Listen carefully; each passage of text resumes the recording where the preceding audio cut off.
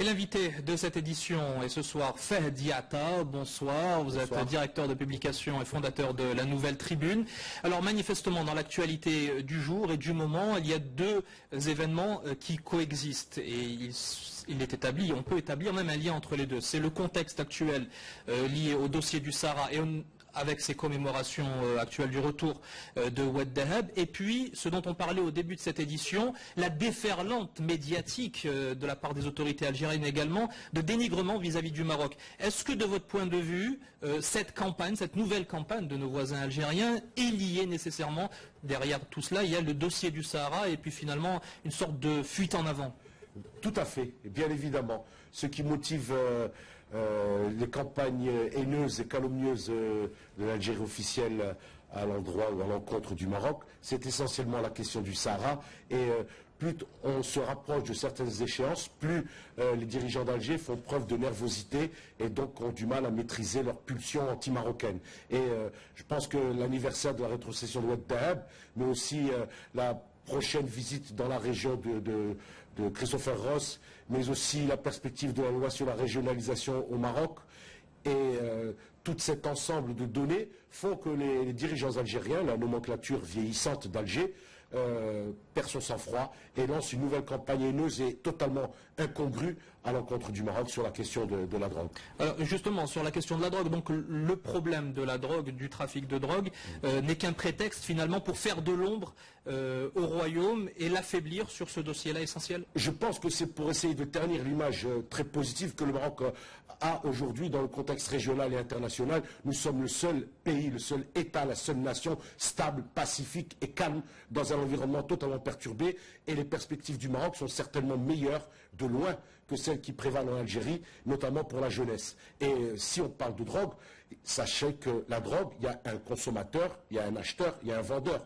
Les Marocains ne bradent pas leur drogue, et le Maroc n'est pas un État bandit, un État pirate. Ça ne doit pas, malgré tout, éluder les efforts qui sont déployés par le Maroc. D'ailleurs, comme le disait le ministre de l'Intérieur, est-ce qu'à travers cette campagne médiatique, finalement, on ne met pas tout ça de côté, les Algériens ne mettent pas tout ça de côté, les efforts qui sont déployés, la coopération internationale, et puis le statut dont dispose le Maroc avec des partenaires, que ce soit des organisations internationales ou les voisins européens? Mais bien sûr, et c'est d'autant plus incompréhensible et scandaleux que l'Algérie dirige le comité qui, au niveau maghrébin, est censé justement coordonner la lutte antidrogue. Ils sont mieux placés que quiconque pour connaître et savoir et apprécier les efforts du royaume en matière de lutte contre la culture du cannabis. Et on sait très bien que dans les dernières années, les cultures de cannabis ont été réduites de 65%.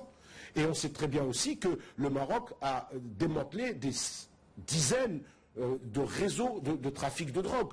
Et on ne peut pas accuser le royaume d'être derrière une opération de perversion de la jeunesse algérienne par le biais du hashish. C'est impensable. Avec l'intention également affichée par le ministre de l'Intérieur de parvenir à moins de 30 000 hectares dans les plus brefs délais, de 30 000 hectares cultivés en cannabis. Tout à fait. Permettez-moi juste de préciser une chose. Si nous étions vraiment, si le royaume en tant qu'État, autorité, était vraiment derrière ces trafics, des pays consommateurs connus, proches, et que je ne citerai pas, où le cannabis est licite, ne manquerait pas de le désigner du doigt, ce qui n'a jamais été fait. Ce qui n'a jamais été fait. Ce qui élude également la campagne qui a été lancée par l'Algérie, c'est la grosse problématique au niveau du trafic de psychotropes, qui inonde d'ailleurs le territoire national et contre lequel le Maroc se bat avec les moyens du bord pour endiguer finalement ce fléau-là.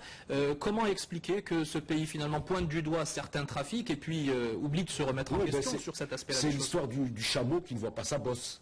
Parce que l'Algérie est un pays exportateur de psychotropes, le karkobi, comme on dit chez nous dans les milieux populaires, et malheureusement c'est un fléau beaucoup plus terrible, si j'ose dire, si je puis me permettre, que le hashish, et qui est bradé, vendu à nos jeunes, et ça vient d'Algérie, de la même façon que l'Algérie, sur son territoire, sait très bien qu'il y a des trafics de contrebande de cigarettes qui sont liés au trafic d'êtres humains, et qui traversent le Sahel, traversent le Sahara, pour inonder les pays voisins. Et l'Algérie est responsable de ce qui se passe sur son territoire. Nous donnons les preuves que nous luttons contre la culture et la vente et le trafic du hashish. Les Algériens ne donnent pas de preuves qu'ils luttent contre la dissémination des psychotropes et de la contrebande de cigarettes. Parce que finalement, à chaque fois qu'une campagne de la sorte est lancée, ce n'est pas finalement la même chose, avec un État algérien qui essaye d'éluder des réalités économiques et sociales difficiles, des réalités d'un pays qui est finalement uniquement accroché au fil très fragile de la rente gazière et pétrolière. Mais bien évidemment.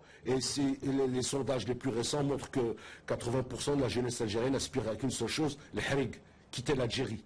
Il n'y a pas de perspective pour la jeunesse algérienne. Je ne veux pas dire que chez nous c'est l'Eldorado, mais en tout cas, les sentiments de la jeunesse algérienne, c'est des sentiments de désespoir, et on veut cacher cette réalité en accusant, comme d'habitude, l'ennemi extérieur, le bouc émissaire qui est le Maroc. Mais ça ne marche pas.